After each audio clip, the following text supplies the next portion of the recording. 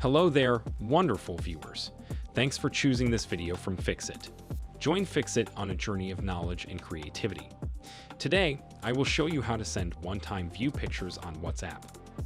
Remember to subscribe and click the bell icon so you don't miss any Fixit magic. Let's get started. First of all, open WhatsApp application.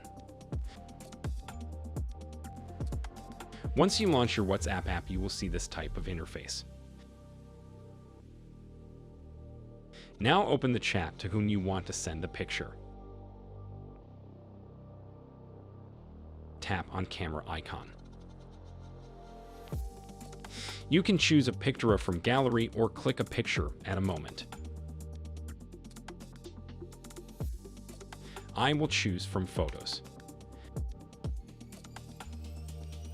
Now just tap on this little one icon that you can see here. When you tap on it, you can see View Once is highlighted. It means that it is set as a View Once. Now if you send this option to them, it will be sent as a View Once photo over here. Normally, if you send it, it's going to be sent like a photo here, but if you select that option, it will be sent as a View Once.